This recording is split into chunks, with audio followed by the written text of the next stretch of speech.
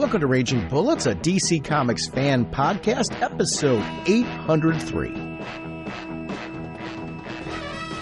From the sleepy suburbs of Cleveland, Ohio, there are assembled the world's two greatest podcast hosts, created from the cosmic legends of the universe. Sean Whalen. Welcome to Raging Bullets, a DC Comics fan podcast.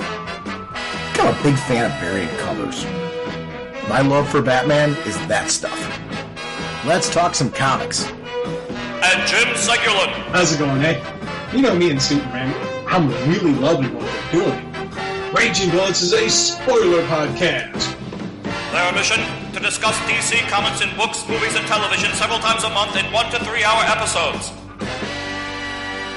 And to serve all mankind. Outstanding.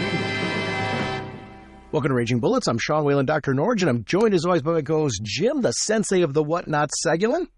How's it going, eh? Jim, on this episode, we are going to be talking about issues 79 to 81 of Green Lantern. This is part of the Hard Traveling Heroes storyline.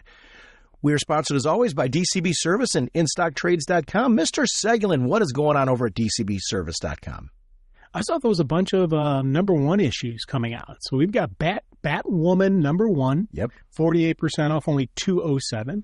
Deathstroke the Terminator issue number one, 48%, only $207. And Lobo number one, 48%, only $207, which with each of those titles having multiple variant covers as well as at discount. So thank you, DCBS. We're getting a bunch of books from that initiative. We're getting a new Fury of Firestorm, too, that's going to be coming out. Nice. So there's a nice initiative. I'm glad to see that they're going to some of their other properties and bringing them back. So this is going to be a lot of fun and great creative talent on these. Over at InStockTrades.com, we have DC Finest, the Doom Patrol, the death of the Doom Patrol. This is issues 103 to 121 of the Doom Patrol, Showcase 94 to 96, and Stories from the Superman Family 191 to 193. This is 576 pages, $39.99 regularly, 48% off, only $20.79. I'm highlighting this one because I'm buying it. I just think it looks super cool. I have not read these issues, so I love these DC Finest collections. If you haven't grabbed them, do yourself a favor. Great reading, and I'm glad to see more of these stories being collected. Mr. Segulin, what kind of a podcast are we? Raging Bullets is a spoiler podcast. We go in-depth into plotline, story twists, and whatnot of the comics we're discussing on today's show. So, if you haven't read the books, you may want to come back later so you can better and enjoy the show. Let's talk some comics. Nice work, Atom. What are these characters up to? All right, Jim, on this episode, we're going to be discussing Green Lantern 79 to 81. This is part of the classic Green Lantern, Green Arrow, Hard Traveling Heroes series. This story is, of course, by Denny O'Neil, with art by Neil Adams and Dan Atkins. Also, Dick Giordano, depending on the issues that we're talking about. Editing is by Julie Schwartz. And I actually had to record this a second time, so let's just not ignore that and kind of go that we've started to have this conversation already. So 79 to 81 are issues where it's been an interesting journey for me. I'm sure I've read these at some point. The only reason why is there's points of recollection where I'm like, oh, yeah, I remember that. So I've read them, but it's been so long that there's certain pieces where I'm like, okay, I remember this. It like triggers for me, but there were so many surprises in this, even though these are issues that I've clearly read before. The Neil Adams artwork is stunning in this, absolutely stunning. And the story beats overall, I remember most of the elements of them, but like I said, there were big reveals in each of these issues that I didn't remember them playing out that way, which is fun. I really am enjoying reading these. What's it like for you? What has this experience been like for you? The more we read, the more I realize I have never read Hard Traveling Heroes. I thought I did, and I may actually even own one of the trades, but there's way too much information. The next three issues we're about to talk about, I have zero recollection of anything that happens in them. You know, so I'm like, and the last time we talked, I'm like, I remember it a little bit here, but I don't remember this other stuff and all that. So I'm 100% convinced this is really my first reading of it for the show. And again, it's one, I'm loving this. You talk about the artwork, you talk about the story. This right here, again, this is, for me, classic comic book right here. This classic comic book art, classic comic book even storytelling. And that was something I think that, again, you talk about some of the older series are like master classes on how to do a comic book. Right here, this series is, for me, is a master class because it's something that I see. This is how you craft the story. This is how you put the artwork. This is one of those beautiful just things, and I'm loving it. Now, some of the dialogue used there, obviously, this was back then. So, and again, we talked about that last episode too, and that's going to be that's going to be a thing. So I mean, I'm glad you're bringing that up because he shouldn't ignore that. It's a part of our experience right now. We did some, and if you haven't had a chance to listen to it, it's been released now. There's the most recent episode of Back to the Bins is us talking about Amazing Spider-Man, which actually released shortly before this story. DC and Marvel were going neck and neck on kind of the anti-drug issues that they were doing, and that's why we jumped ahead to the Speedy issues because of that crossover. But it was funny, I felt like the Stan Lee stuff did not have the dated dialogue as much as this one does. Yeah. Which, it's there, and it's really apparent and certain. Like, I'm like, what is Ollie actually saying here? Yeah. But it's never enough to like destroy the experience or anything like that. I actually really am enjoying it. And I feel there's some things that they're doing here that are still cutting edge. This is you mentioned masterclass before, and I couldn't agree with you more, of storytelling. The character development here that they're doing with both Ollie and Hal is next level. There is a lot of very strong character moments, character growth moments between them. We've got two heroes, like, I always think of Hal and Ollie, and I think of these two as like intertwined, like they are best buddies, and they aren't here. And it's funny because I find myself and sometimes agreeing with the one, other times agreeing with the other one. Yes, yeah. I think that's a great way to, because again, and I love the fact that as this is going on, we're seeing a transition for Hal to being less of the law is black and white. Mm-hmm, and I love that because, again, justice is not black and white. There's touch of the grays. There's a lot of spectrum of the color, if you will. And I love seeing Hal's journey through this. And I love seeing even Ollie dealing with this, where he's starting to figure some stuff out. And again, of course, our Guardian, who I love just the little bits, the little times they use him and the explanations they give why he's not more active. Like in the part of this issue where he's hanging out with a Black Canary instead of going out with them. Part of it, like last issue we saw the last discussion, he was doing this or doing that. And I love the fact that they give us little bits why they don't include the Guardian in everything. But when they need him, they throw out a little bit of wisdom from the Guardian, a little bit of observation on humanity. And I think that is a really cool usage of that character. It's funny. I don't want to get so boxy about politics right now, but I just feel like this story is so contemporary to right now. Because what you got is a very extreme liberal and a very extreme conservative, and they are working together in this process. And sometimes they are battling each other tooth and nail over their philosophies, but they're at their strongest when they're listening to each other and they're adapting and actually shifting some of their beliefs from what they're learning from the other person that's been involved. And I love actually the Guardian being a part of this as almost an objective observer, kind of just looking at human life in general. I think there's a lot to learn about the fact that I feel like throughout this story, there's so many times where I want to shake Hal and go, just listen to Ollie. There's so many times where I want to shake Holly and go, calm down, just listen to Hal. And not because either of them is inherently completely wrong. You can see how both philosophies, when merged together, actually lead to a really strong balance. And you can see why this story is a development of a strong, balanced friendship where strengths and weaknesses are being compensated by the other person. And I really love that. I think there's a lot to learn about that I think is really, really relevant today. Yeah. And I'm doing that deliberately in a way to not take a side on this one. I'll say what I am. I consider myself a conservative Democrat. So some of you who are like, oh, you're liberal. Yeah.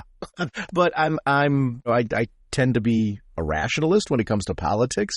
I grew up with the philosophy of sometimes it's a good thing when we shift between Republicans and Democrats because it adds some balance to the force, so to speak, as we're going forward. And I like that this story, I feel, is something that this is how it's supposed to work. And I love it. I love it. And we did not pick, but I want to be very clear, we did not pick this story because I didn't remember enough of it to go, oh my gosh, this is like really in your face. But it is. So I feel like we're doing a disservice to this story if we don't mention the elephant in the room that like, oh my gosh, this like fits a lot of what's going on today with the different ideologies. And I feel like it's something like... I feel like every issue I'm like sitting here like, did they write this now? Well, and it's funny because you think back to just, again, I love when comic books, the lessons being told in a comic book can be applied to just general life. You know, how awesome is that?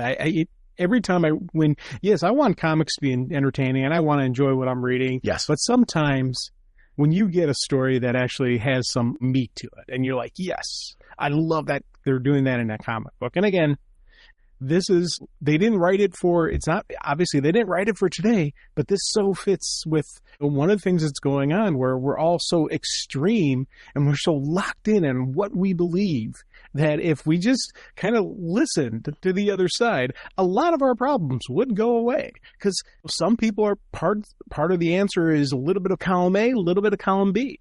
You need to have that in there. And I think that's something that we as a society, and not just American society, everybody needs to do this. We need to start looking, now I don't want anyone to compromise their principles. You believe something, hey, go for it. I got no problem with that. As long as it doesn't physically hurt people, I'm cool with it. Yeah. But I think we all need to just stop speaking and start listening. And that's something that both of these heroes need to do. And we see as this starts progressing, they both start thinking that way. And that's something that I've really enjoyed in reading this. Yeah, and I feel one of the things that I like about this is Ollie can be very heavy-handed, which I've read as an online criticism of Ollie's character in this. And I don't think it's a wrong criticism, but I think what balances out for me, Ollie will have his outbursts, and then he'll have the internal dialogue that shows that he's reflecting on it as he's walking away. It's almost like, I wish I didn't do that way.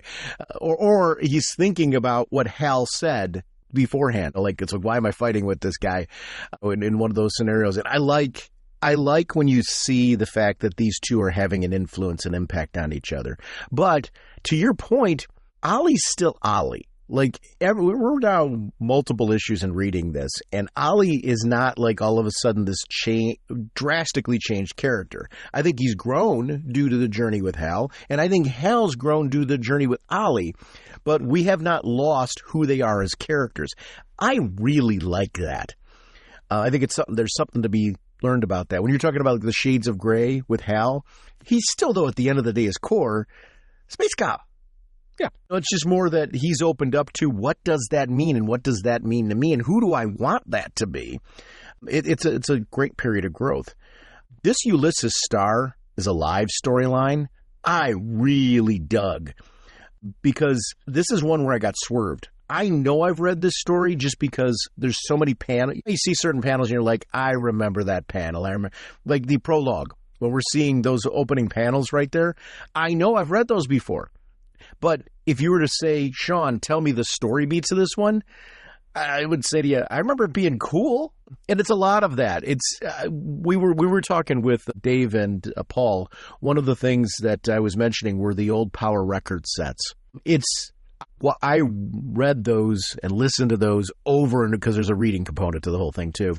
I read those over and over and over again and listened to them over and over again. I just went through them recently because they're available on YouTube. Oh my gosh, so much. There were things that I remembered, but so much of it I did not because it's been years. And I think this is where this is falling into that for me. I've owned Hard Traveling Heroes multiple different ways. I remember reading them in double issues where they had like 2 issues in one and they released them as a double pack that way.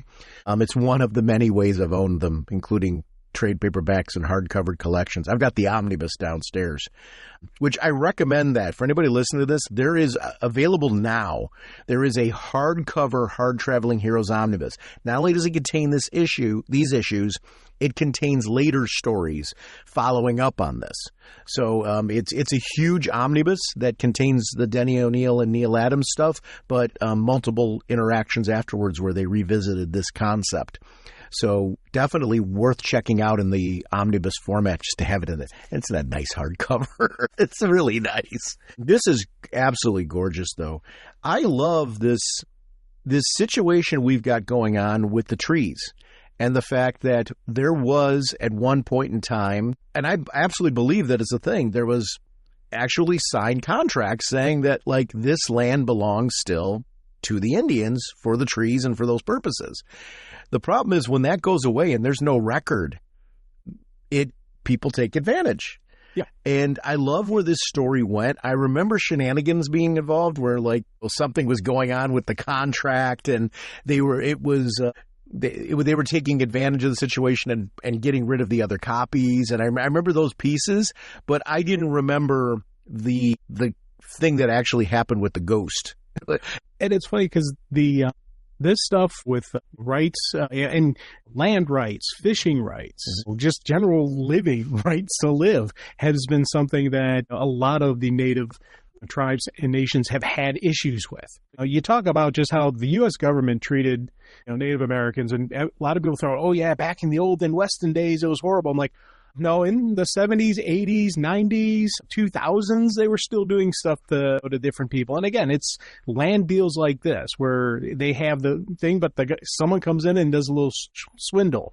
Fishing rights is another huge one that, especially some of our coastal tribes had, like, their fishing rights were just completely stripped away. And the thing with fishing rights is you can outfish an area. So you fish it too much, it's gone. And once the population leaves and is fished off, it's almost impossible to get it back. So you're starving the people who live there by out overfishing it and stuff like that. And there's so many different occurrences of this. So it was funny when I started reading this, that's why I 100% knew I never read this, because I would have remembered this story. This is a story I would have remembered because, again, this is back in college. I had one of my professors, and I can't remember what nation she was with, and I'm kicking myself for not being able to remember which nation, but she was teaching it was an ethnic studies class. Mm-hmm. And so she was teaching it, so covering all these different ethnicities. And then when she started going into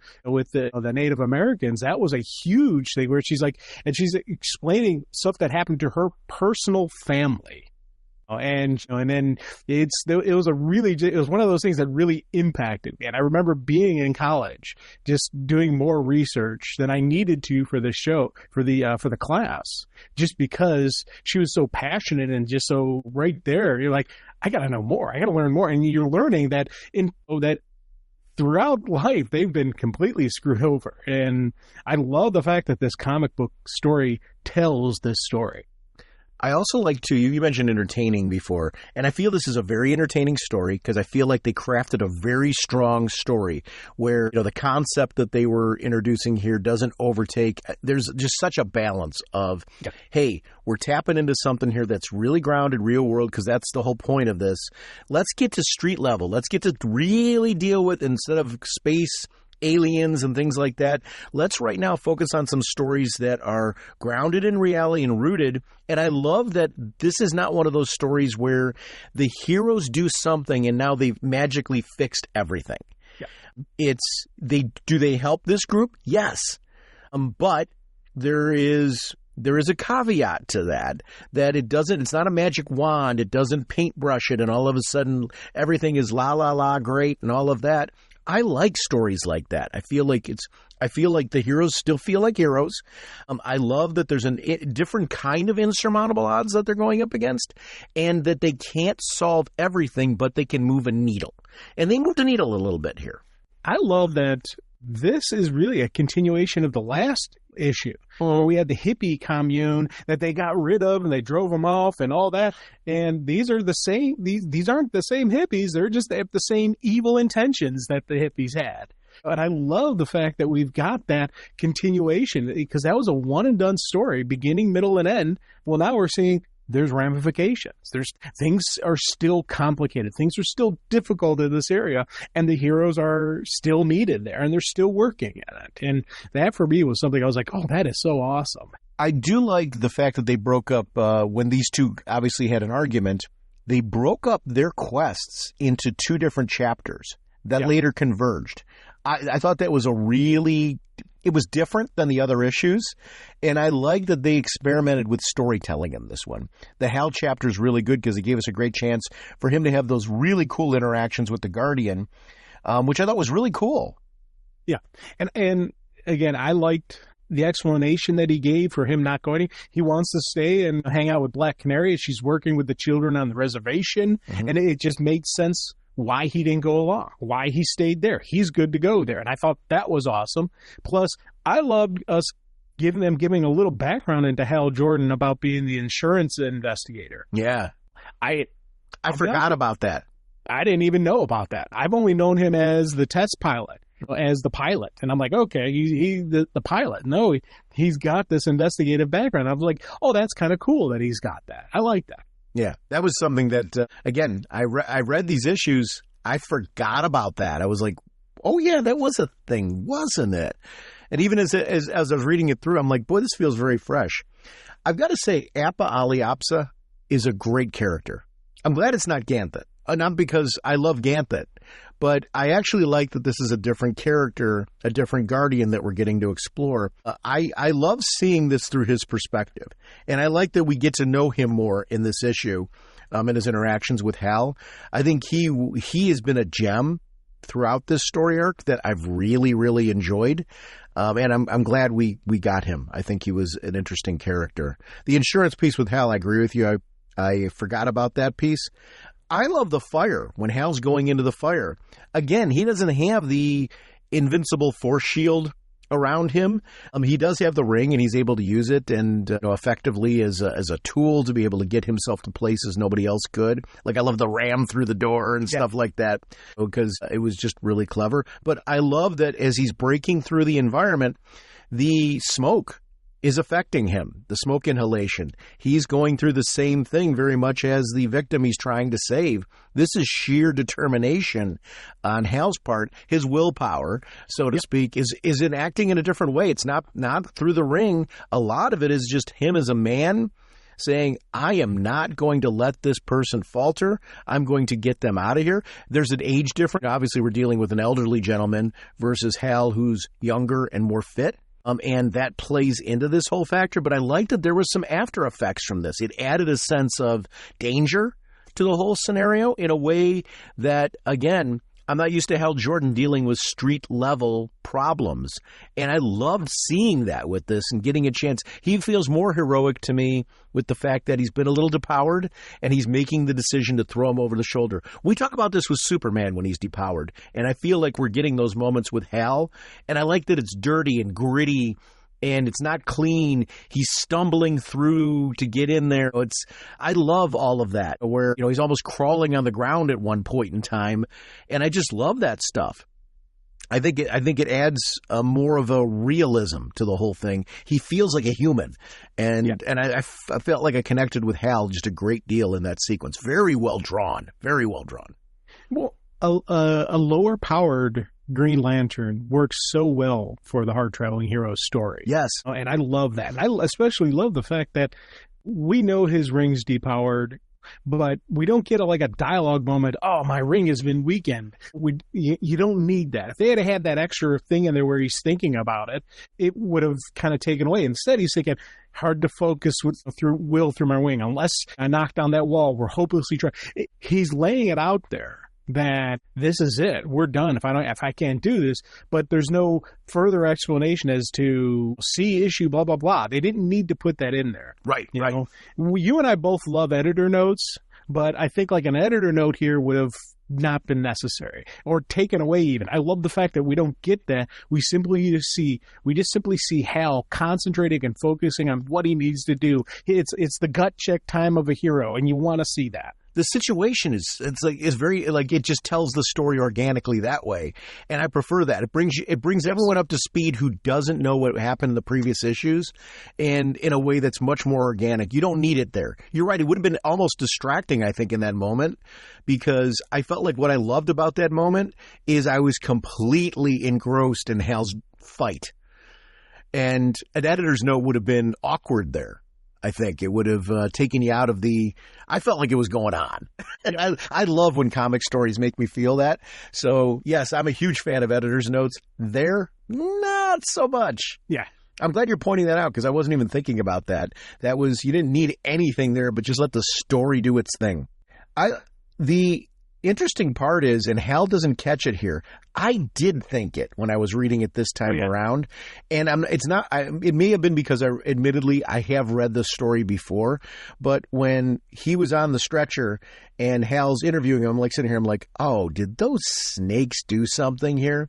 And I'm not saying that I was lockstep saying I was dead, that like I'm 100% right on that, but I at least had a suspicion. I think we were supposed to as readers, but I thought that was a really clever way to foreshadow what we knew was coming later, that they were going to reveal it. And I 100%, I'll be honest, I 100% thought it was the bad guys set the arson to kill him and destroy any documents. 100%. I was thinking that entire time. I was like, it's got to be that. And they do clarify that later on. That's what happened. And again, it's further adds to just the story being told. But again, thinking that when you finally get the results, it didn't take away anything from it. I was like, I love that. I love the fact that Hal isn't thinking that level. He's thinking, oh man, tragedy, but then I won't give up. I can't give up. So he's going to his congressman friend. So I'm like, I love the fact that this was a little roadblock for him, but it's not the end of the road. He's gonna continue on, find a different way. Yeah, I actually liked that he has, because of the fact that he's Hal Jordan and he's got that kind of stature about him, I like that he has a friend in Congress. Oh, and then that would be somebody to go with. I liked bringing that in. I thought that was a neat opportunity to show that DC heroes, by their nature, a lot of them are a Superman caliber and that type of thing. Hal's in that category. Two things came out of this that I really liked with him, and it separates him from Green Arrow in all the right ways, because I'm a Green Arrow fan. I love Green Arrow. But one of the things I really liked about Hal in this, first of all, we get to see, why does this man deserve the ring at all? When you see him fight on through when he's a little bit depowered there and he keeps fighting on through, you're like, okay, willpower is not just a thing we pump through the ring. It's you take that doggone ring off, that man's still got it. And he's still a fighter. And I really like that because it's important to get to know him and to believe in him. These have got to be interesting issues for you because I know you're a John Stewart guy. Like that was your gateway into Green Lantern. These have got to be interesting stories, and I'm not trying to steer you, correct me if I'm wrong. This has got to be interesting stories where you start liking Hal a bit more, right? Oh, God, yeah. Well, here's the thing. For me, John Stewart was really the first Green Lantern read. I always knew who Hal Jordan was. I had a good understanding of who Guy was. When Kyle came into the mix, I read some of Kyle's stuff. But John Stewart's the guy I really like. Sure. I really like his character, especially the current version that is John Stewart, I think is awesome. But I got to tell you, I do like Hal Jordan. I like his personality.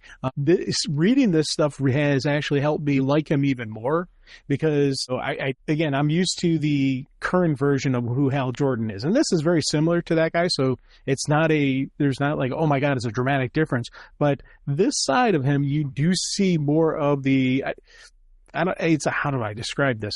You do see that kind of that growth of character throughout this stuff. And when I'm reading, he's already had that growth. So this version of him, reading this, knowing where he goes as a character is something that makes you go, oh, that is awesome. That's cool. So I'm digging Hal Jordan. I've always digged Hal Jordan. Just John Stewart, you got to pick one Lantern. John Stewart's my guy. And I do like, as you said, it is good seeing that it's the willpower, it's the gut check, and it's the sheer determination that Hal Jordan has. The reason he's called the greatest lanterns, or one of the greatest lanterns, is because of that, just that personal, that inner fire that he's got. And I like seeing this. So I'm 100% all in on Hal as well. The chapter 2, we finally get to see Ollie and interacting with Black Canary. I liked that it didn't feel like it was a reenactment of what we just got from Hal Jordan. Very, very different. They're trying to help out. I like that we're getting the after effects of what happened with Dinah, where she's feeling guilt. She's like, I tried to shoot you. And Ollie's saying, oh, you were hypnotized. This adds validity to the fact that Hal waited. And I'm so glad he did, because he gave her the chance to overcome it versus the fact that I mean, when that moment, I loved how much screen time they gave in that last issue to that. Yeah. And I love here that we're seeing the moments where Ollie's able to talk to her, but she can actually in her mind go, okay, I did myself overcome this, to find some balance for her. I really liked that interaction and dialogue between the two of them. For anybody listening to this, if you haven't read the issue preceding this, do yourself a favor. It's a doozy. And really, I love the continuity of this. It really is a really strong storyline. Yeah, oh, yeah. And again, I love her interactions. Like she's doing this one for her own personal peace of mind. She's doing it, one, because people need help, and you're a hero, you help people. But also, she's got some issues she's got to work through. And I like the fact that, as you said, it just didn't end with the last issue. It's continuing on. This is something she's got to deal with. It's the aftermath. So that, for me, is so they are like, oh, that's cool. I love that. Here's a panel I completely missed. What? Dinah's looking at Ollie and going, I can't suggest any help for that. And Ollie's line right here, maybe, just maybe, I can. It's right there. Yeah. Like, and I notice it now. I did not in my read through, because I read this a couple of times for the show. It's funny how sometimes when you're having a dialogue, and I was listening to you and I was just looking at some of the panels and I'm like, I don't know how I glossed over that panel multiple times, but I sure did. It's right there. Yep. And I love that it says in the next panel, a few hours later. So it gives you a time placement of like, it could happen. He's got plenty of time to set up the costume and all that stuff. And again, it was funny when I missed that line as well. But when I saw him, I'm like, oh, that's got to be Ollie. That's got to be Ollie in costume. And I knew it was Ollie. But again, knowing what's going on, it didn't take away from the story. And I do like the fact that Dinah mentions how, yeah, they need food, they need medicine, but they need the will to live. They need to see themselves as being human beings. They need to see themselves as being proud of who they are. And that's something that affects so many groups in this country. And it did in the 70s, it did in the 80s, 90s, to the present day. There's so many groups out there that don't have that personal pride in who they are, that they can't stand tall. And you got to stand tall. You got to stand. I am who I am, and this is who I am. And you have to take that resolve. Yeah. And I love the fact that she's pointing this out, and Ollie wants to help. Now, how much does he help? I don't know. That's one of the things I loved about this issue. There is a great debate as to what happens after this issue. How much did Ollie help? How much did Hal help? Because, yeah, as you said before, they moved the needle. But did they move it enough? Can the people continue on? Will they just, a month later, get robbed of all their timber? Will a month later, they all just get knocked back down? I don't know. I love that. And we had that in the last run, where that one town where they helped take out the Nazis and the people were left in Appalachia with, they still had a hard life ahead of them. So the heroes helped, but they didn't. It's not a miraculous wipe the slate, everything's perfect now. No, it's still dirty. It's still messy. There's still a lot of issues that these people are going to have to deal with. And I love how they approach this. Well, it breaks the formula of there's a villain. Villain does action. Superhero shows up on scene. Superhero discovers villain's treachery. The villain may get one up on the superhero, but the superhero then turns it around, captures villain, puts villain in jail. This really breaks that and adds some compelling storytelling where are you really any less heroic when it's not a guaranteed victory? And the question becomes afterwards, okay, we helped, but we didn't solve. We didn't all of a sudden magically fix it. I feel that is more reality, right? Yes. And I feel like we all should. Does that mean if you can't fix everything, you shouldn't try? And I think the answer is really simple.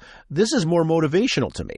As far as you should always get involved. Like if there's something that you see that you feel is inherently wrong, you should get involved and try to help no matter how little you can help. Whether it's a word of advice, whether it's dropping it on a GoFundMe, whether it's helping carry some boxes or something like that.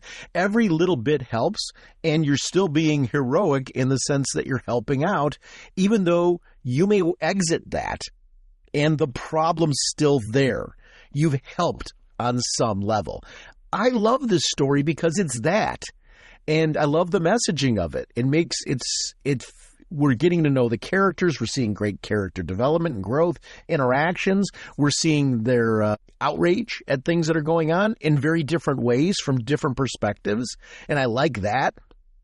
I like that their stance on key issues are drastically different.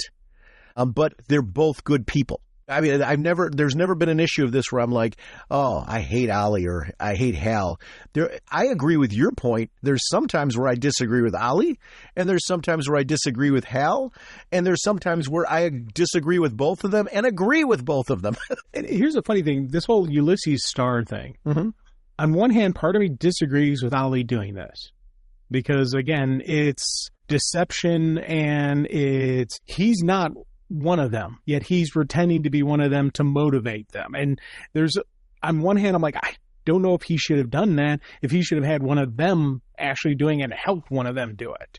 But then on the other hand, I'm like, no, he does move the needle this way. His intentions are honorable in where he wants to help them stand tall and be proud of who they are.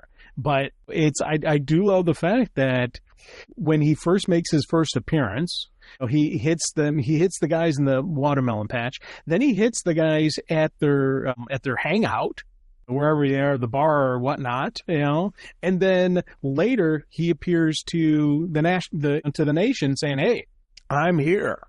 I do love the fact that this is going on and how he's doing it. But again, it's one of those weird balances I have in my head where I like what Ollie's trying to do. On one hand, I'm like, should Ollie have done it? On the other hand, yes, he should have. So it's a neat little inner turmoil I'm having reading this, where I understand why he did it. And I like he did it, but I also like, I don't know if this is the right call. If it should have been him, if he should have had somebody else doing it. I don't know. And I love the fact that I still, even after multiple read-throughs, I still have that little conflict in me whether Ollie should have done this.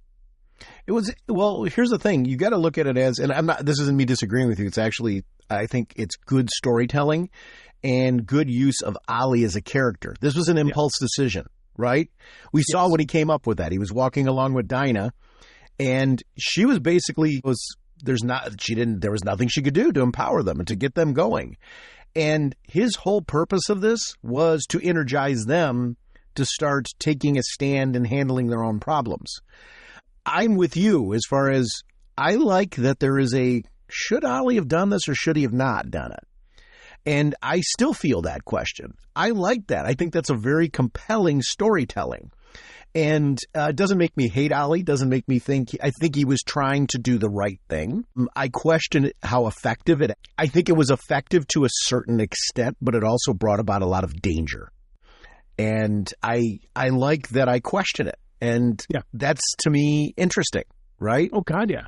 And again, I'm not knocking the story being told. I love the fact that I do have this conflict. And again, as I said, part of me likes that Ollie did this. And I think your idea that this was a rash decision, because that's what Ollie does. He sometimes makes quick decisions and doesn't think long-term effect of what maybe he's doing by this. And I love the fact that when he reveals himself to the nation, we got the one guy's like, I don't know who you are under that mask, but you're not the ghost of Chief Ulysses. And even Ollie at that point in time is like, whether I am or not, that does not matter. What matters is You were once a proud people, a great people, and you can be again. First, you have to stop playing doormat for O'Rourke and Pud and be willing to fight for your rights. And I love the fact that he's doing that. And Yes. I love the fact that he's telling them, hey, they're coming for you in an hour or so. They're going to take your trees. You have to fight for this. And that for me, again, that's the kind of stuff I do like seeing Ali trying to motivate them, try to get them to stand as one. And should he have done it this way? Should he not have? Should he have done it as Green Lantern? I mean, as Green Arrow? I don't know. There is a bit of a conflict. There is, in my head, I'm still not 100% saying, oh, this is the perfect thing. And I'm also not saying this is a horrible idea. I love the fact that I do have some inner conflict going on.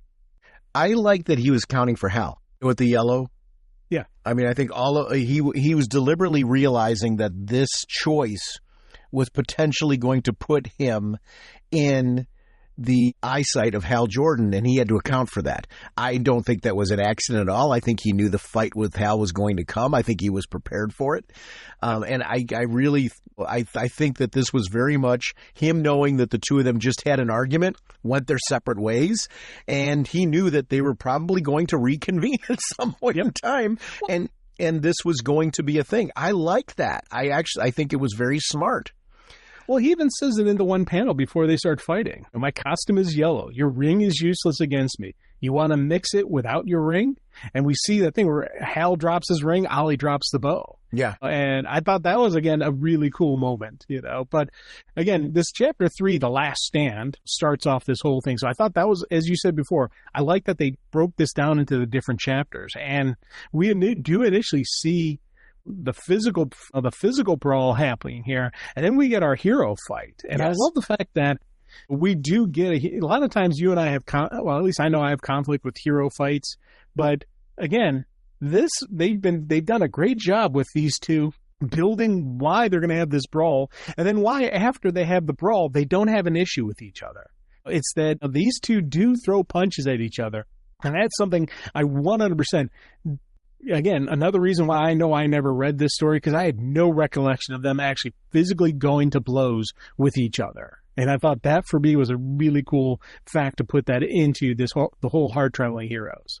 But I loved seeing this fight. I loved seeing them go street on this, where they're actually swinging and just getting knuckle deep. You can have very different philosophies, but still respect each other. And I think philosophies are at a time where I think we're being pushed to be extreme left and extreme right. I feel like there's shades of gray there too. And I like that this is the message from this. They were talking about this back in the early 70s. I like when there's a comic message there, and that's not me. I'm trying really hard on this one not to take a political side. I mean, I've tried to avoid it on the show, not because of the fact that I'm not proud of my politics, but I do feel like nowadays this is a great story to read, to just remember we can have different philosophies and we can still talk. We can still respect each other. We can learn things from each other. And I think that's the good message of this. I think these two are friends. They don't agree all the time, and sometimes they get really angry with each other to the point where they were throwing down over their philosophical differences. I don't know. That feels kind of current. And I like that. I really think it's something where when you can look back on a story like this and go, comics were already talking about this stuff way back when. This is a political cycle that has happened before. We do like to act like what we're going through right now as a country is something so radically different than we've ever faced before. I don't know. They got a lot of storytelling out of that right here in this arc. It's, again, they're doing a great job of giving a good political, again, it's opening up a political discussion for us. And I love that. And it's not completely in your face. It's the key here is compromise. Every time these two are fighting each other, is when they're losing. When they actually work together and they actually are together on the same page, that's when they win. Because you think about it, these two are brawling at each other. They both get hit and knocked out by these logs. And then while they're unconscious, that's when the needle really gets moved. Yes. The bad guys get caught, implemented in the tenant fire with the arson. The one guy's going on to Congress with the congressman to try to make them listen to what's going on. And the other one's like, you go, I'm going to stay here because if they try something, I'm going to be ready for it. And I like that we do get the needle moving a little bit, but these people still have a lot of problems. They're still living in poverty. They're still living without adequate food resources, medical resources. Their kids meanwhile, our kids go shoeless, our old folks don't have decent medical attention. And I love the fact that they still have these same issues. And now the needle maybe got moved. Maybe Congress will figure out something and actually be able to help these people. Or maybe in a couple of years, everything will go back again. We don't know. And I love that this doesn't have that nice, clean ending. And none of the Hard Traveling Heroes stories have. I think that is something that's kind of cool with the Hard Traveling Heroes, that with the story arcs, they have this, again, touch of gray on how things go. I love that. Yeah. Yeah. I love how these stories wrapped up. I actually like the quotation from Norman Mailer. I love the way that they do that. There's a lot of storytelling to these. Like, these issues are packed with storytelling. We talk about dense. During our tenure of doing this podcast, we've talked about things like Grant Morrison and stuff like that. These are very dense reads. They've got depth-filled stories. I feel this has got that. I'm not saying like it's as heady as the Grant Morrison stuff, and I'm not insulting any type of storytelling. This is different storytelling than what Grant Morrison does. But as far as getting a lot of value for the page, they're given anybody who says like comic books are just little funny books. I don't know, you read this one, there's a lot going on here. Those multiple chapters are filled with a lot of absolutely storytelling content, both from the writer and the art team. There's just these issues were long. I'm trying to think of what I'm trying to think of. It took me longer to read these issues than it takes to read a typical comic issue. And that's not knocking any different kind of storytelling. There's a lot going on in these. There's a lot of content, a lot of depth to what is going on here. And I really, really liked it. With these issues, I'll be honest, my 3 read wasn't enough for me to be comfortable to talk about this. I agree. Usually by my end of my 3rd read, I'm comfortable to talk. Now, I will do another quick read through before we go on, just so everything's fresh in my head. Mm-hmm. But with this one, after my 3rd read, I needed to go back and do another read, and I had to focus on certain areas and just make sure I understood what happened. And again, it's because there's so much going on here. It's not I love this. As I said before, this is a masterclass on how to tell a story. They're doing a brilliant job with this. I'm 100%, oh my God, I love this. But I do love the fact that there is so much going on that you have to slow down. You have to take your time with it. And this is something, as a kid, I know I wouldn't have appreciated everything about this story. And even when we first started doing this podcast, I probably wouldn't have appreciated it as much as I appreciate it now. And it's something that after reading all the stuff I'm reading and how I've been reading it to get ready for the show all these years, I now can really do appreciate this. I think that is something that, again, I'm like, man, this is awesome. It is fun to read other eras because of it. And it is funny. And I want to be very clear, my multiple needs for read-throughs for this one, because I agree with you. I actually read this more times than I normally do issues for the show because of the fact that there is the density of the storytelling here. But it wasn't the dialogue. We were talking earlier about the dialogue, some of the dialogue that was dated. There was none of that was giving me any storytelling. Like, I got to reread this to understand it because, man, the dialogue is rough.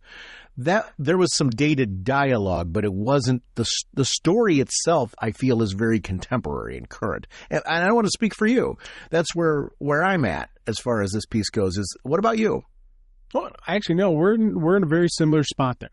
100%. It's, again, you just physically look at the page. There's a lot of dialogue going on. So that always slows me down when there's a heavy dialogue. Mm-hmm. But it also, again, it was meaningful and necessary mm-hmm. for it to be there. It wasn't just thrown in there and to throw it in.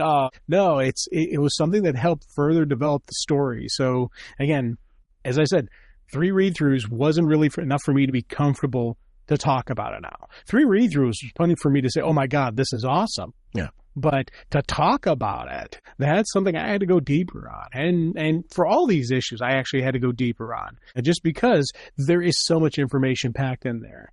You know, and again, I loved it. It didn't feel like homework. And I think that's sometimes there's stories that feel like a trudge and things like that. It's as people know listening to this, I've got pretty diverse comic tastes. So, you know, I'm hard pressed to say, Sean, what story are you talking about that was a trudge? I don't have anything that's coming to my mind, but there's things let's pull back and let's go to actual like college work and stuff like that, where I've had to like reread things multiple times where it felt like homework. And man, it was a chore to go through. Comics, I don't really have that experience. I certainly, if there was a comic issue where I had it, and I think it'd be worth noting, and I would certainly bring it up on the show because it's interesting, like we're talking about the dated dialogue. But this wasn't that kind of trudge. I enjoyed rereading these. Yeah. To your point, I do the same thing you do, where before we record, I do a fresh read just so it's fresh in the head emotionally. I like when we come and do these recordings that it's not like I'm trying to remember what I read 2 weeks ago and kind of phone it in that way. I like that fresh emotion, and I do it for that reason. But that's fun for me. Yeah. Oh God, yeah. If I had to do like a fourth read through it, I'm going, man, that stunk. That's I think. Well, in reality, that's also worth talking about because that's a reality of the experience. This was not that for me at all. I really loved my journey with this. Oh, God, yeah. And again, you threw out Grant Morrison earlier, and yes. And I've had times when we were talking about his stuff, I actually had to take notes. Yes. I had to treat it like homework because for me to really get an understanding of what's going on. This one, you mentioned, was not homework. I was reading it, I was diving in and just delving into it. I didn't need to work to understand it, but I wanted to be more comfortable with it. So it's not across the board with Grant Morrison, but there are certain Grant Morrison stories where I've got to be in the mood, if that makes sense. Whereas this isn't that. I could read this at any point in time and do that. That sounds like an insult to Grant Morrison. I love Grant Morrison. I'm a Grant Morrison fan.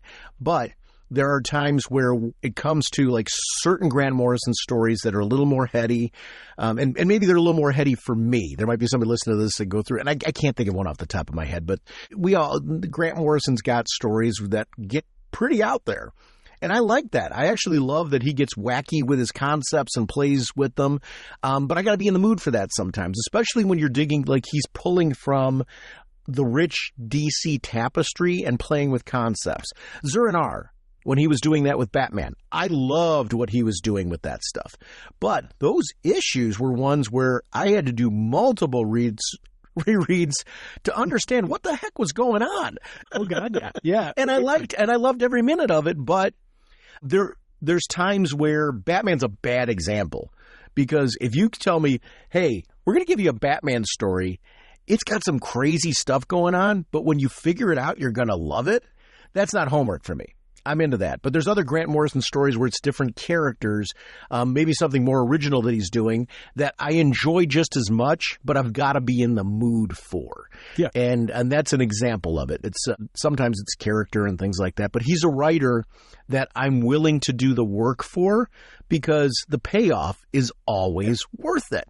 But that's a different kind of homework. I'm looking at issue 80 right now, and that cover is another striking cover from this. It's a news page, but I love the splash page of the newspaper. This is the one that, like, this would get you to pick up the newspaper anyway. And I love guilty, conspiracy trio sentenced to die, and judge says trial was fair and impartial. I love the framing of this. It's a really great, captivating cover. It's funny. This is one, and I say this a lot, this is another one that, like, I want to reprint. I've got a signed reprint of the Speedy issue, where Speedy's a junkie. You know, the one where Green Arrow's shouting that out? It's signed by Neil Adams. I wish I had this one signed by Neil Adams and on my wall. I don't care if it's a reprint or anything like that. I just love the cover. I just think it'd be a great cover. I've gotten into framing comic covers, as I've shared on the show multiple times, favorite ones. My preference is always to have them directly signed and personalized, just because I like that. It's kind of it's like a photo with the creator to a certain extent, but I enjoy doing it with the work. And this is one, I really like this cover. I find it very striking. It's different. And I like when creators do different kind of covers. I love that it totally ties into what's going on in the issue. And it feels like an old newsreel, right? Those ones that you would see in the old serials and stuff. And I love that. I just think it's really, really a clever cover design. I love all the dialogue in it, too, where it actually they took the time to put in just a little blurb and things like that, just to give you that sense of this is really that. I love it. I think this is just a really sharp cover. And it's different than the action covers that you would get from time to time. This one just stood out as being one that really meant something to me. Yeah, and again, I love what you're saying, and I love how this story, you think about it, it pretty much starts right from jump. We get some action going on. Yeah. And the cover story is eventually, the story told in the cover is eventually kind of revealed a little bit different than what the cover is, but it's still a connection to the actual story. And I liked seeing in this one with Hal's power ring not being as all-powerful. Yeah. He's able to help them and save them, but it's not completely, okay, yeah, no problem. There's still some conflict. They're still in the water. They're still under risk, and they need to get picked up by this boat. You know, the Green Lantern of today would have grabbed them once they were flying off the thing, would have caught the car and put the car back on the bridge, and it never would have hit the water. Because of the power levels. I love seeing, again, his power levels not as omnipotent. Well, yeah, because he isn't automatically got a force field around him. Yeah. He's got to generate that. And I love the rescue of the team. I liked beforehand that opening page where we got to see them kind of packing up the truck in the background. I'd be remiss, Appa Aliapsa, we've got that final panel where even an immortal can die. There's a close-up of his face. Yeah. And the amount of details, I mean, look at those eyebrows. I know it's a weird thing to point out, but the amount of like detail in these bushy eyebrows that are sitting there, I get fascinated by this stuff. I've read interviews over the years with Neil Adams, just his work on designing figures and making sure that they look as accurate as possible and feel real and those pieces. This kind of realistic portrayal of these characters is something I just really, really dig. There's details in the artwork that I appreciate. I love signature stuff, where it feels like I know this is Neil Adams because of certain little key pieces that he puts in. I feel all my favorite artists today, it's the same thing, right? I like their own signature stuff. I like when somebody feels a little different and I can identify them. Neil's artwork is one of those that is very identifiable to me by the details he puts in, both in the foreground and in the background. And that page, when I was looking at it, I'm like, man, I really dig that shot of the Guardian. I love stuff like that. I take my time a lot more with comics, especially in the second read through, where I just kind of let the artwork breathe and really just enjoy certain panels that I'm like, there's no action going on here, but my gosh, is that a pretty panel? Yep. And that stuff is just a lot of fun. I did like the opening action. I liked Hal's attention to detail where they're underwater and he's going, I think Ollie would probably like to be in his Green Arrow outfit right now. Yeah, and he dresses him. Well, figuring too that they're trying to maintain secret identities in an environment. A lot of times we take for granted that they're doing that because they're not doing a lot with Hal and Ollie, except when, as they're traveling as regular civilians. So it doesn't do really a great job if you're traveling across the country as these civilians. If the second your car goes over, we are immediately coming back out with Hal Jordan carrying around Oliver Queen. You're gonna start scratching your head and going, what is going on here? I like that this one, they immediately are in their superhero identities, and it kind of provides a cover for their civilian identity so they can keep doing this. I like that. Oh God, yeah. It is funny because it cracked me up how it's one, they explain why they're in costume, but then later it further tells the story of the captain picking them up, saying, hey, wow, I've never picked up any costume heroes before. And then it goes right into the problem of the boiler on the engine is overheating, is going to explode. So again, it fits why Hal would say, hey, maybe I can help, because he's a hero. He's got to help. If he was still in civilian costume, then it would be a, what do you mean? Kind of thing. So it fits the story going through. And I love the fact that when it blows, again, because Hal is not immortal. Hal is not, his brain power, he doesn't have that same, he doesn't have that immediate protective shield is not something. He doesn't have that anymore. Yeah. So the explosion kind of rips him apart. This is where I have major issues with the Guardians. Not Appa Aliapsa, the Guardians as a group. They put them in this position. Yeah. Because Hal was depowered and he got the smack from them. It sets up this scenario where Appa Aliapsa has to make a decision. What do I do here? And this is a friend who he's been traveling with. And I love that they've got to make this choice of polluting. And I love that that's a moral conundrum here. They've got to make a choice. Do we poison the water? Do we save ourselves? And or do we go down with the ship? What do you do? And I feel like the poisoning the water would have happened no matter what because of the state of the ship. So I felt like at this point in time, what they had to do in deliberately doing it was if they'd kept the tubs onside the boat, I feel like they would have just been delaying the inevitable, right? Yeah. Well, here's the thing. If they hadn't dumped the barrels into the water, it would have exploded. So now you've got the explosion, and that's the same chemical release. And it was a tough call as to what's the right call to do. Now, the Guardians stopping the boiler room would have prevented any of that, but Hal would have died. So, and I love the fact that they were given the Guardians given the choice. It's the needs of the many outweigh the needs of the few or the one. Once again, we got this thing, and the Guardians makes the choice to save Hal. Well, and I love that he's distinguishing between what his soul's dictating and what is for the greater good. Yeah. And I love how he's got to, a guy who's on Earth trying to learn about humanity is faced with a very human decision. And I feel like that is a very interesting conundrum. What do you do in that scenario?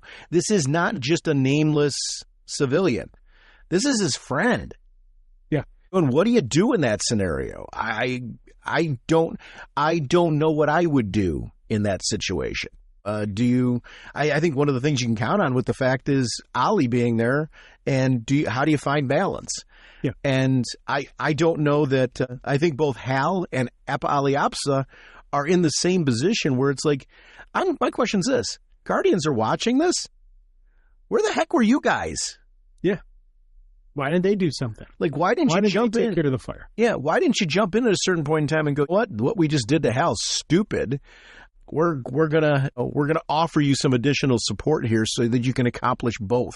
Well, again, it goes down to the Guardians not really caring. They're just, a lot of the Guardians are portrayed as being real jerks, and I like it. We're seeing that again here with them, and I love the fact that Ellie makes the choice. Mm-hmm. I love the fact that Arrow's like, good for you, old timer. But then he's got to figure this out, what to do next. And it did make me, I did kind of chuckle a little bit that they did end up getting the blaze under control after dumping all the chemicals. Here's what I loved, that Ollie didn't leave with them. He could have. I like that they recognize that they are making a strategic choice to try to do as much as they can for both scenarios. They're not making one choice with this. The recognition is like, okay, Appa's going to go help Hal. He can do that.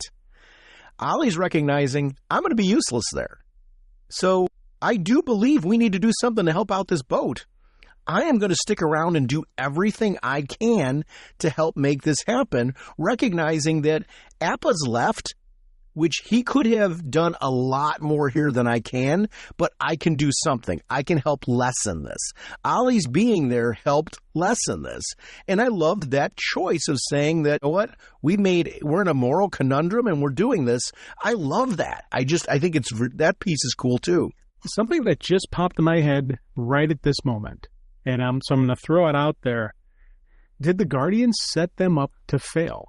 Because here, Ollie has a line where he's like, do you realize that we had 2 serious accidents in an hour? Yes. If Howard paranoid, I'd say someone up there doesn't like us. Did the Guardians cause the first accident, cause them to go over the thing, and then cause the second accident with the boiler room? Did the Guardians actually physically cause this to happen? As a test? To see how they would do it, as a test. I wouldn't be surprised. Yeah. I don't remember that being a thing, but well, here's the thing. We got more storytelling to do. We've got another 3 issues next week that we're going to do, and then we're going to be doing the Jon Stewart issue. I feel like the Guardians, one of the great things about this is the Guardians come into question. Well, Hal's kind of blindly followed them as a good soldier, and I love that this brings into question, but should I? And I think Hal's trying to be a good cop, and sometimes he's better than the Guardians are because of the fact that he's willing to question and willing to grow and willing to adapt and change. And I love that. I love that. Sometimes you got to question authority. Oh, big time. A lot of times you got to question authority. Yeah. And it's one of the hard things that when you get set into, when you get set into a mindset, you're always like as we see with Hal, he's got his wild side to him, but when it comes to chain of command and authority, he falls in line very quickly. And he's now, throughout this has been questioning it. It's been putting the doubt in his mind about the absolute intelligence and guidance of the Guardians. And I love seeing that as it keeps growing. And when the Guardians initially accuse Allah of basically of grievous errors, he placed the welfare of a single individual above that of a whole world. Call him Appa. Appa? Because Allah's not in that at all. I keep wanting to say Ali Apsa. It's Appa Ali Apsa, but why don't we shorten it to Appa? Okay, just so Appa, that way we're talking about the same guy, Allah. And I do love the fact that in this initial panel where he's like, they accuse him of, he's like, yeah, I'm guilty. I chose the life of one person over the environmental impact that would happen by the toxics. And obviously, Ollie's throwing out there, hey, you can't do that. But again, it's the emotional side. And this, for me, was a really cool thing. And I'm like, there's going to be more craziness that's going to happen. Going to the tribunal, something was going to go wrong here. 1, based on what the cover was, but 2, just based on how things are going with the hard traveling hero. So I love this setup and how we get here. Green Arrow's costume is badass. I'm just looking at where he's like leaning over the boat, holding the sides of it. Yeah. And I love the gloves. I just love the whole design is great. And Neil Adams' version of it, I think it just is very outstanding. I love Green Arrow's outfit. I'm a huge fan. To add to that, when he's calling out the Guardians and you get that view from the backside, you can see his collapsed bow on his case. Yes. I love those details. Yes. Yeah, a great way to show what happens with the bow when it's not in his hand. He's got it stored on the back of the thing, and he can just pull it and lock and load, and he's firing. I love that. Was something I was like, oh, that is cool. I'm glad they did that. Yeah, it shows him as a craftsman too. We get to see actually multiple times in this storytelling where he has to get creative. And I love that. I like seeing that. Yeah, I do too. I think it adds another layer to him where he's not just a guy who grabs arrows and throws them out there. I like that he's an inventor and a craftsman, and his way of handling it's what separates him from Batman, because it'd be very easy to call him Batman Light. Yeah. And I feel like we don't get that with him because of the fact that it's like this weird mix of Robin Hood and a mad inventor. Yeah. Well, and you need to have that if your shtick is the arrows, if you're or a weapon, pick whatever weapon you want to say. Sure. You need to have such a complete and comfortable full knowledge of it. Yes. Not just use of it, but how it's created. Because knowing how it's created helps with your usage of it. How to modify, how to do this, how to just assemble on command from various pieces and parts around you. I love seeing that. I like when they get to Gallo and the greeting's different.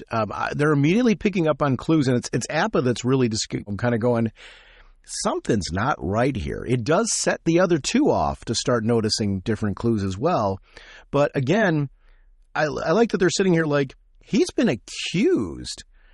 This hasn't been proven yet. I mean, I love that we were here for a trial, not and we've exclamation point said that he's guilty. And I like that they're like rating this out going like, this is not right. In the case of Hal and Ollie, they both get charged of contempt because of the fact that they're just trying to defend their friend's right to an actual trial, which is, I think, just such a really cool thing. I love that it just felt wrong right from the get-go and that the clues were there. And we get to see that this has been overtaken by the inventor and his robots, which I love that the tribunal's not actually really in charge. They have been removed. And right from the jump, we see that because they're saying one judge. Where's the custom is of the tribunal is there to be several. Yes. And again, throughout this, we're seeing, and neither one of us was surprised by this, but I do love the fact that they took a couple pages to just further showing. First, the heavy-handed that they do to Ollie when he's like, hey, I don't know if I want to give it up. There was no understanding or thing like that. Mm-hmm. And then at the actual trial, they're slapped in contempt simply because they wanted it to give their judgment, give their testimony. And they're like, no, you can't. And the fact that there's only one judge on there. I love all these little things that let, yes, this is a problem. Yes. There's something wrong here. Yeah, really, really good. Yep.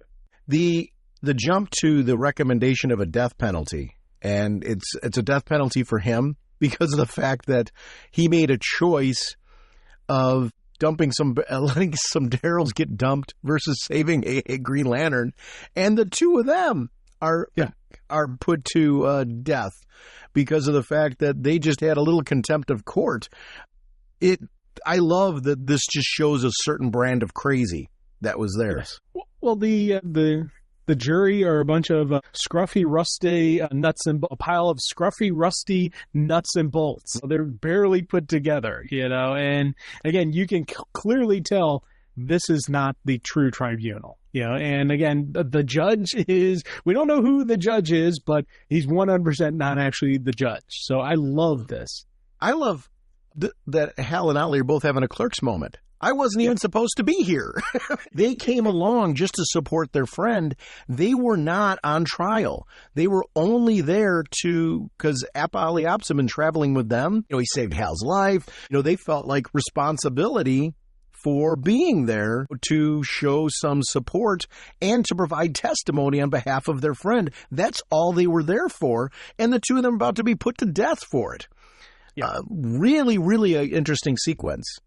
And I love that Neil Adams does a great job of the surprise, shock, awe, because everything's happening very quickly. And I love that sense of urgency, like, oh my gosh, what do we do now? I don't have my bow. I don't have the ring. I don't have, it's a lot of things got to be running through their heads. And this is really a cool sequence.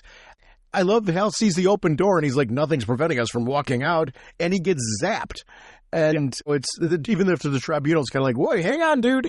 Don't go do that. The creation of the bow here, which is, I know I referenced this a little bit earlier, but I love that they took apart the bed and Ollie's just making out of the bed frame and bending it a bow, makeshift bow. And I love that he's even testing it, like he's pulling it back and looking down the sight and just making sure everything feels well. And I love how he's like, you've got a single shaft there. It's not going to do anything. He's like, well, I kind of thought things were fishy, so I kind of confiscated part of one of my arrows so that way I could make something. I love this. In this story, because it's a Green Lantern story, it's a heavy Green Lantern book. I love the way they showcase Ollie's ingenuity, because they run a real danger in this of making Ollie unlikable. They've done a very good job of providing balance of, yes, he's brash. Yes, he pushes his views and things like that. But he does introspectively take and internalize and listen to other people's viewpoints. He's willing to question himself and grow. And he is incredibly competent. Yeah. One of the things I loved about with the manufacturing, I love that he takes the feather from his hat to make the fletching on the arrow, because you need that on an arrow for it to fly straight. Without that, an arrow won't fly straight. It needs to have that little rudder at the back to help it go clean and smooth. And I love the fact that they took a panel to show him removing the feather to put that on there. Yep. Again, little attention to detail that I really appreciated. And I love taking apart the arrow. Yes. I love it. Well, I mean, the feather, I'm sorry. Yeah. It wasn't just leaving it as a single feather. They showed him picking it apart in order to make the fletching. And I'm with you on that. I love attention to detail like that. It adds a little twist to his costume. Yeah. Little extra bit there. I love that. Yeah, this stuff was really good. Hal getting the ring back, I thought was really awesome. I love that the whole distraction was there, so that way, counting on, we need to buy Hal enough time to get the ring so that way we don't die. I thought that part was really well done. This whole piece where I like that Appa-Aliapsa almost buys it. Yeah. They're encasing him in plastic. What a cruel way to die, because he would have suffocated. Yes. Like, they were death by, like, suffocation. There's a different level of cruelty in what they were going to do to him. Oh, big time. That's like a horrible way to die. And I was like, man, and I loved how they're showing him just being completely calm. Yeah. And it was just like, and again, he survives simply because he held his breath. Simple solution, but I do love the fact that, one, he had faith that Hal would figure out a way to rescue, Hal and Ollie would rescue him. But two, just again, this Guardian, he's different now. He's a different person. And we've talked about Hal's change and growth. The Appa's changed in growth. There's some really cool stuff happening here. And I do love the artwork of how crazy the judge/mechanic is. We talk about the artwork at the beginning of it where an immortal can die, that close-up on that face, that was absolutely brilliant. Some of these looks that this guy's got on his face is like, again, brilliant artwork. Yes. Just a crazy man, flat out insane. I love just showing how they showed us it. He's just completely like unhinged. And even when the Guardian calls him on it, he's like, insane me, not at all. And just that look at his face like, oh yeah, that's a crazy dude right there. That's crazy look. I did like the idea of where there's life, there's hope, and he learned that on Earth as far as from the traveling piece, which with the fact that we're wrapping up Appa-Aliapsa's involvement in these issues, I like that there's been something he's learned from this. There was a purpose to it. Yeah. This next cover. Wow, what a cool cover. These have been cover after cover that have been interesting. I love this, the way the bodies are used in this one. And I love that they've got the foreground full color characters and the background overwhelming sense of what's going on. The population explosion piece. It sets the stage for, it doesn't really tell you what's going on in the story, but it ties into the story in a very big way. It was a clever example of, let's take a story element and do something really artsy and cool with it. Yeah. And I feel like this cover really succeeds in what he did. Just so many cool details. And I loved the Black Canary was on the cover too. I like the guest starring piece. I love the tagline even on it, which I think everything just works on this cover. This is a really strong cover. Oh God, yeah! It really has some horror elements to it. I love, like there's that one little kid they show right there, just kind of look on his face, and just again the heavy dark tints with the shadowy kind of look to it, but all the heroes are pops of color. So I like, and yeah, like you, I'm in agreement on you. This is a really neat cover. Death Be My Destiny, our final issue that we're going to be taking a look here. One piece I found a little jarring. They left him and it was kind of like, we're done, right? Then we get back to this issue and we're back to the trial. I'm like, wait, what? What's going on here? I'm not knocking the storytelling. It just was it was almost a jarring shift between the two issues. I don't know if you felt that way. I was like, wait, what, we're doing what now? Now all of a sudden we're back to defending him again. Whereas the last issue seemed to be kind of wrapping up, well, I hope the dude's going to be okay. Well, I mean, the thing, the only thing that jarred me on this one was they saved the tribunal, and that means nothing. The tribunal, the Guardians sent him to the tribunal to be judged, but they didn't judge him because they were trapped and they got captured, and then they saved them, and then they don't judge him. They send him back to the Guardians. I was like, you originally said you wanted a tribunal to judge him. Well, let the tribunal judge him. This, to me, the start of this, having the Guardians judging him, I'm like, it should have been the tribunal judging him, because that's who they initially charged with the trial of him. But now, at the end of the last issue, he does say he's going back to his brothers to be charged and all that stuff. So right. They do explain why he's there, but I was like, why is he doing that? They initially said the tribunal should judge him. I think that should have been the way it goes. And I think the tribunal would have found him innocent. Well, the other piece, though, I was like wondering, though, why didn't they like allude to the fact that they would be back with him at the start of this issue? Yeah. It felt like they were saying goodbye, and instead, with the way the dialogue was going, it almost seems like they were going to be, hey, hope everything's going to be okay, dude. See ya. Not a big deal, but it was just, I thought it was a little different than how the issue wrapped up. I'm glad they went to this, and I'm glad that Black Canary wanted to be there. Yeah. Because she knew him, she knew his character, and felt like she could give a testament to what was going on. Her involvement in this made a lot of sense. I've only had fleeting contact with the accused, but in the small time I've come to know him, I've come to a kind of respect. You know, he's decent, honorable, and fair, and those are rare, precious qualities. And I actually like that she's there. To me, that's a cool objective witness. She doesn't have this long-standing relationship with him. She's just there because based on what she's seen, she was passionate enough to say, hey, I'd like to speak up on his behalf. Kind of cool. I love the Guardians' answer on this one, to be honest with you. And there's many times I think the Guardians are jerks, but I do love the fact that, yeah, that may be true what you said, but it does nothing to alter the charge. Again, the Guardians are not emotionally based. Yeah. That's an emotional reaction. How does this go? It's now how they should have answered this was, the Guardians are saying you're killing billions. The dumping of the toxins in that water, would that have actually killed billions? Versus how many people that the Green Lantern can save? Versus how many people, and what was the actual environmental impact? They're saying, oh, this is going to destroy your planet. One river dumping the toxins, how deep does that one river go? How deep does that impact? Yeah, it would definitely affect the area, but are we talking about the death of billions? And here's where I disagree with them. Because Ollie comes back and says, you don't know that billions will die because of it. I love that they come back. Silence. We do know that your world is in grave danger, choked with poisons, overly inhabited for the food supply. In furthering that situation, our brother has sinned grievously. I'm like sitting here like, wait a minute, though. You're lumping all of that on him.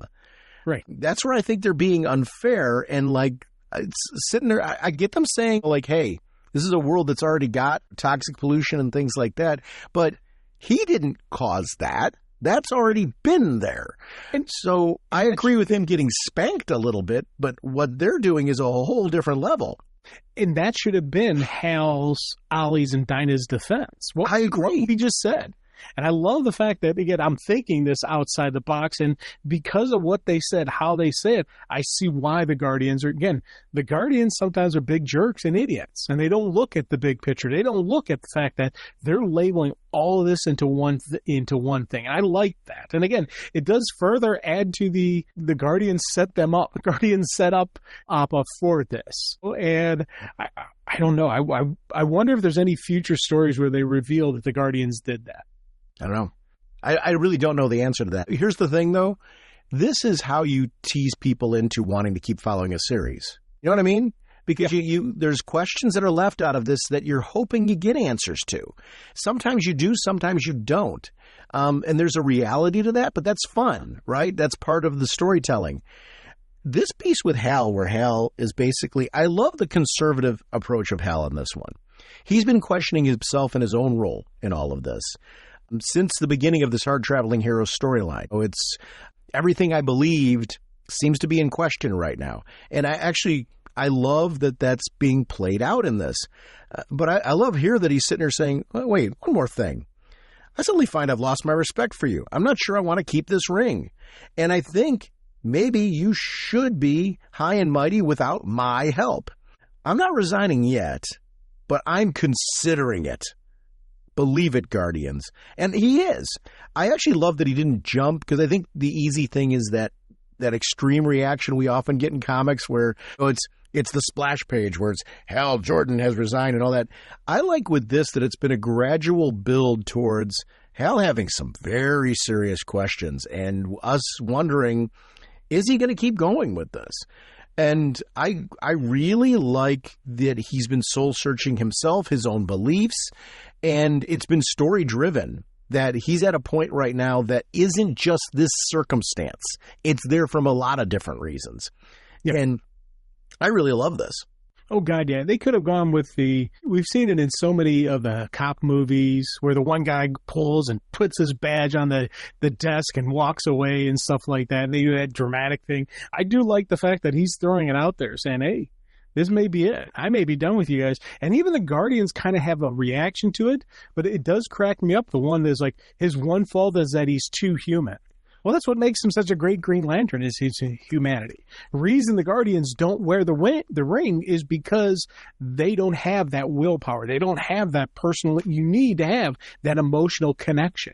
You can't be emotionless to effectively wield the ring. And I love the fact that Hal is one of the reasons Hal's so strong is one of the reasons they also don't like about him. It's a neat little conflict. And talk about artwork.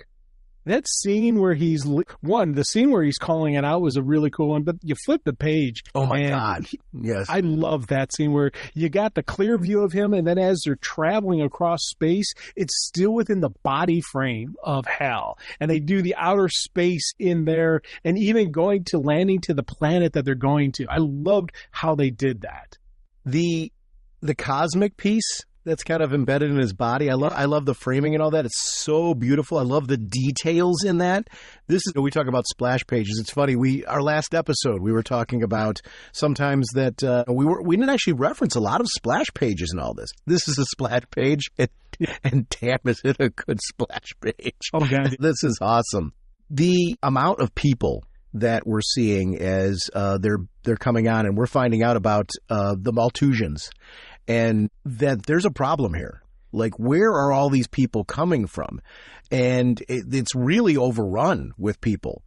I love this mystery that kicks up with the cloning and then the fact that we're cloning for what would be justifiable reasons. This population can no longer recreate. And I love that there's a definite reason why they should be doing this. But what happens when that all goes wrong? They've got this cloning engine that's running into play, and now all of a sudden they're having babies.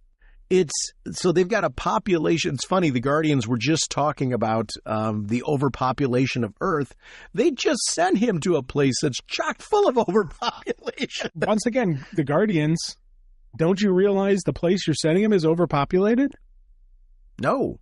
Where's their Green Lantern to say, hey, this planet is in dire need? What sector is this? And I love these are all things that ran through my head that they don't really address in the story, but it further goes to show that the Guardians aren't as omnipotent as they claim to be. They don't see everything. This issue reads differently the second time, too, because when they show up and they start with Dinah right away, a woman destroyed her, is one of their first lines over there, you understand why. It's like, oh, no. We can't have another opportunity for babies here. And I love that when you reread and go, oh, that's why. I get that she was singled out and the reasoning for it. It's super cool. This is an example of one you've got to reread the issue after knowing where everything goes, because little things like that just have a little bit more kick to them. Yeah, and again, I love when they showed Dinah just being a badass. She's not here, get behind me. No thanks. I can fight. I'm going to keep fighting. I'm okay. And I love the fact she's just throwing people around, doing the thing, and even just Hal's recognizing we need to get up, and lifts him up and gets him above and away from the crowd just because things are so crazy there. Yeah. I like that Appa does the noble thing where he's basically saying, hey, what? You guys don't need to be here. I have to be here. Why don't you get out of here? I'll figure out what's going on here and see what I can do, which is a real noble piece. I like that they're like, no way, we can't leave you. And again, these are people that have been friends and comrades and traveled together. And again, he's in this mess because he chose to save Hal's life. Yeah. So I love the sense of responsibility and loyalty off of this that has grown. The vault, and like, we've got to get information and intel. Right now, we don't understand what's going on here. And I love the intel gathering that was done here. Like, we can't go back down to that ground, but we can bring the vault to us. And I love as he's pulling up the vault, everything on the ground that looks busy is the people. Yeah. I'm surprised we don't see people falling off of the vault as he's pulling it onto the ground. What? I agree with you. But I'd like to think that Hal was careful enough to push everybody off, which is why. Mm-hmm. But I do like the fact that this guy, he's hiding in the vault. He's sealed himself up, and he's just so desperate for not having anybody around him. Yes. Because, again, it's that overpopulation. There's that classic Star Trek episode where the people had the overpopulation because they didn't have any diseases. And they brought Kirk on there to give the humans diseases and viruses to kill off the planet. And it was that silent episode where the female didn't talk. And he was on that makeshift of the Enterprise. And it was just Kirk and her. And just the joy in her face when she was just by herself. Yes. Was awesome. And I imagine this same kind of feeling that these people would have in that. I like that it's double layered, though. It's his duty to keep the tape safe. And with that crowd and how crazy everybody is, you have to seal off the vault. So he's taking his job seriously, and they wouldn't be in the position where they could see the history. I loved the history. One of the things I really loved about the artwork for the history was the muted tones, right? Yeah. We've got some, very, very, very small palette that's being used for that. I love that it feels like old film reel. And they're going through and just giving us what looks like something that would be like a Flash Gordon sci-fi retelling of what happened to this planet. I really loved everything about that. What a great choice. Oh, God, yeah. And again, give us a page, tell us what's going on, and then get back to the action. Yes. This has been one that it doesn't have action of fighting the big evil villain kind of thing. But again, it's just an ongoing, constant action moving. That's something that the Hard Traveling Hero story arcs have been doing.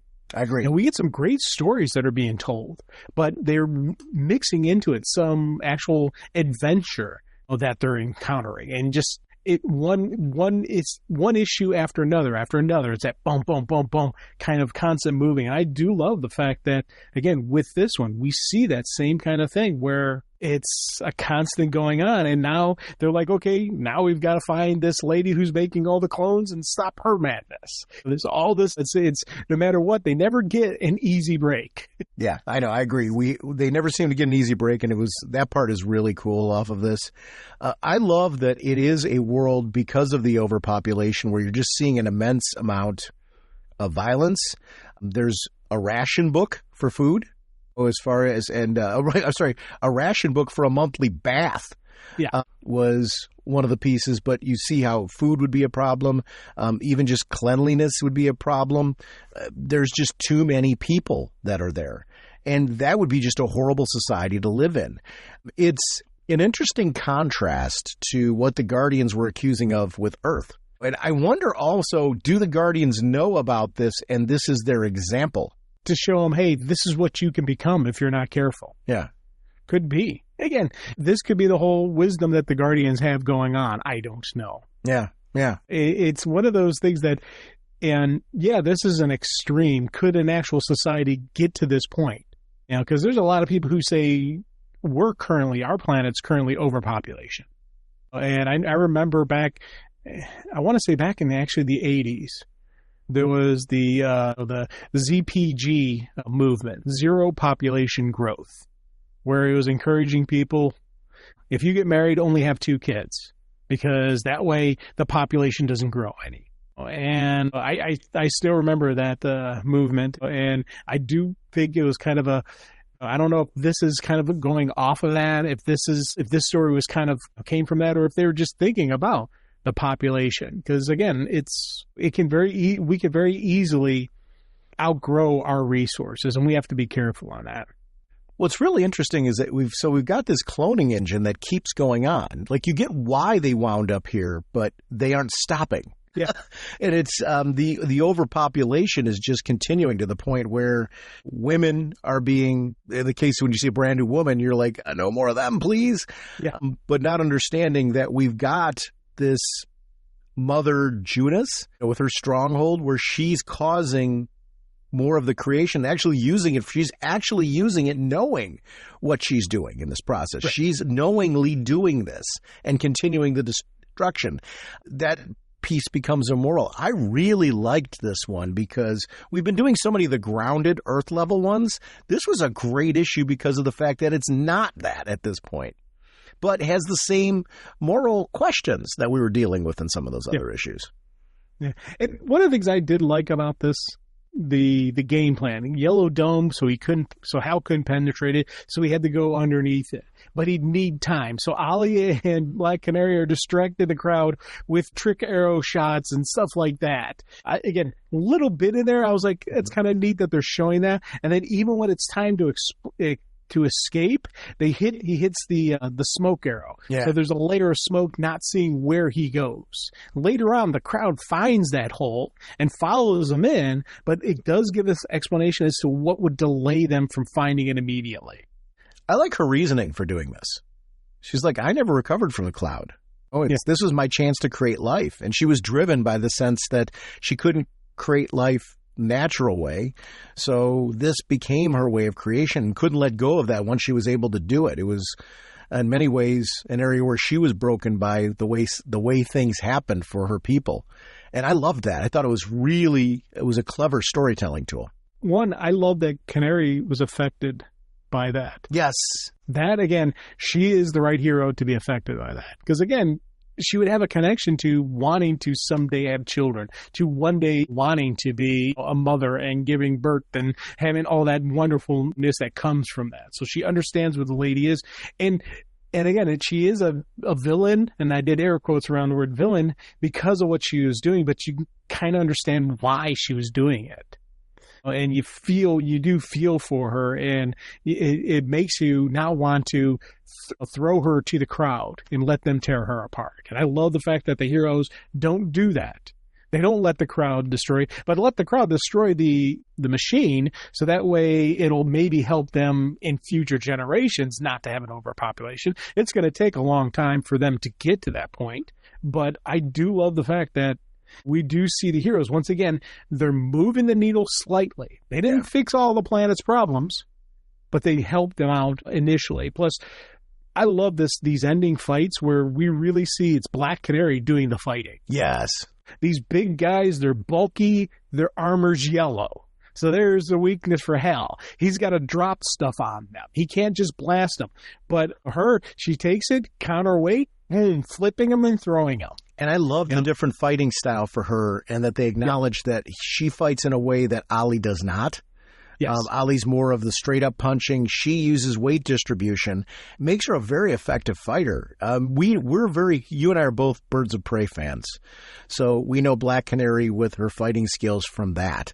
And actually, we did a few months ago, Best of the Best, with Black Canary. It's interesting to see so far back here that we were seeing the roots of that Black Canary here in what was being done. I love seeing this in her history. And again, these are good judo flips, and they've well documented. She's a master of judo. Yep. And this is the kind of stuff that judo deals with, where it's a much larger target. You're fighting someone much larger, you use their weight against them. And I loved seeing that. And again, anytime they show us how badass she is, I'm always happy for that. But now, the one thing I did like was that the Guardian, that Appa stays. Maybe he can help them. And again, he's learned from his time with the humans. Maybe he can do something good here. And I thought that was kind of neat. Wait, and he decides to stay when Hal's saying, listen, I've made a decision. We're returning to a meeting. They're taking him with them. They're like, we're all going back to Oa to appeal your sentence. And I think they would have a strong argument coming back after this. Yeah. It was like, Guardians, you're chastising this guy. This is your place. What have you been doing? Yeah.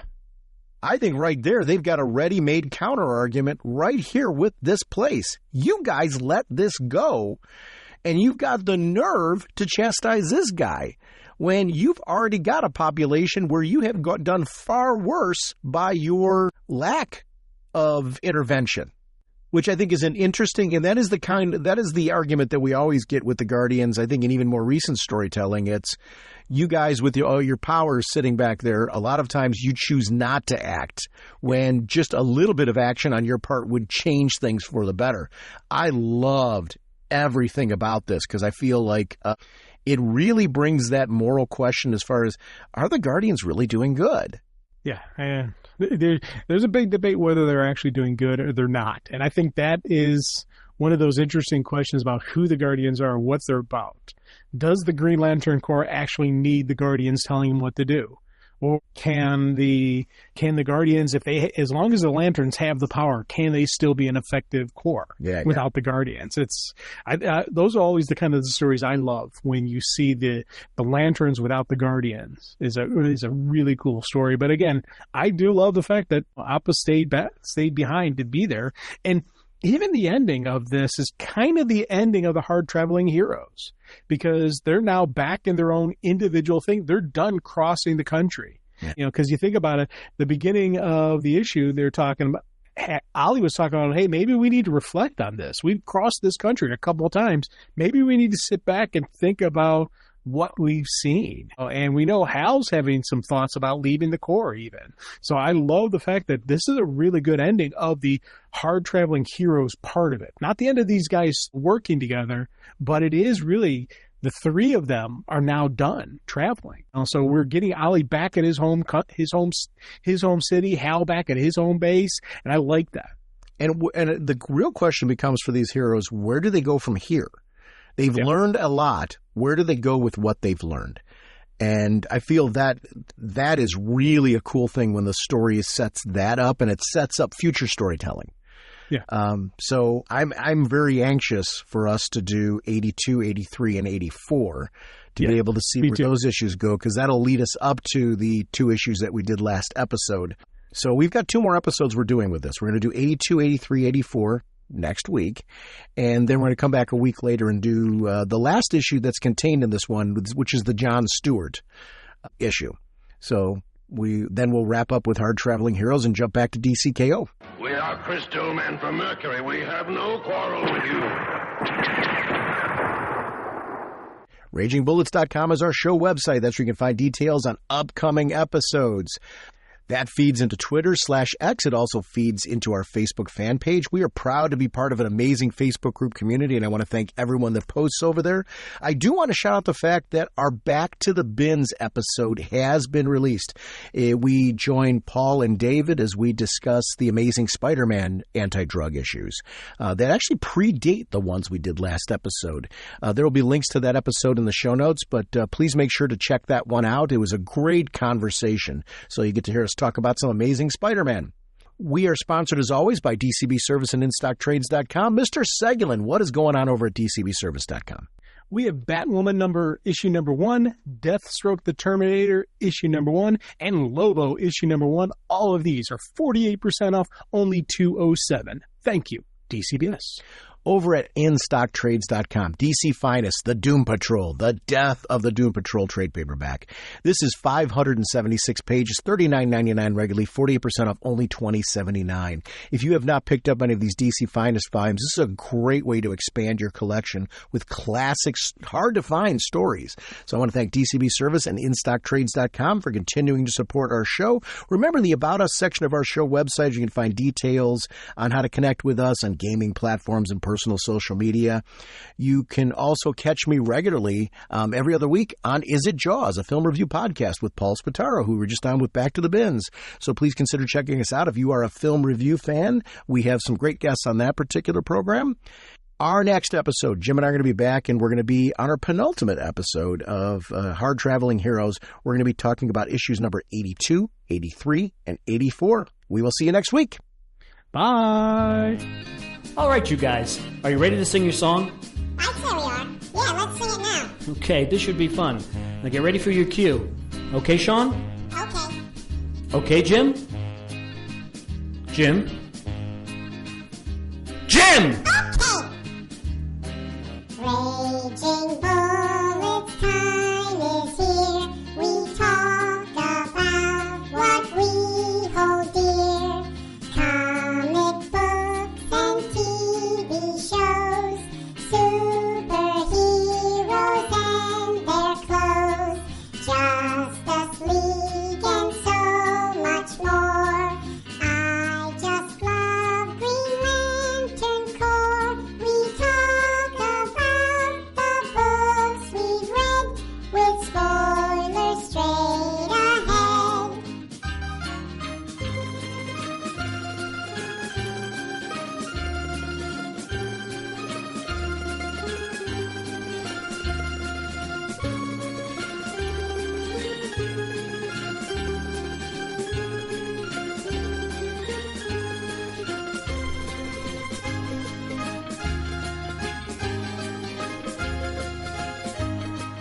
Okay, fellas, get ready. That was very good, Sean. Naturally. Jim, you're a little flat there, so be careful. Jim? Jim? Jim! Okay. Justice League and so much more. I still love Green Lantern Corps. DC Comics are what we know. The Raging Bullet Show. DC Comics are what we know. The Raging Bullet Show. Excellent job, guys. Let's sing it again. Yeah, let's sing it again. No, that's enough. Let's not push it. Push it? What is that? Yeah, what are you talking about? No, I didn't mean anything by that. I think Sean, you're Jim, I don't know how why long do you you're want the song to go? Look, it's our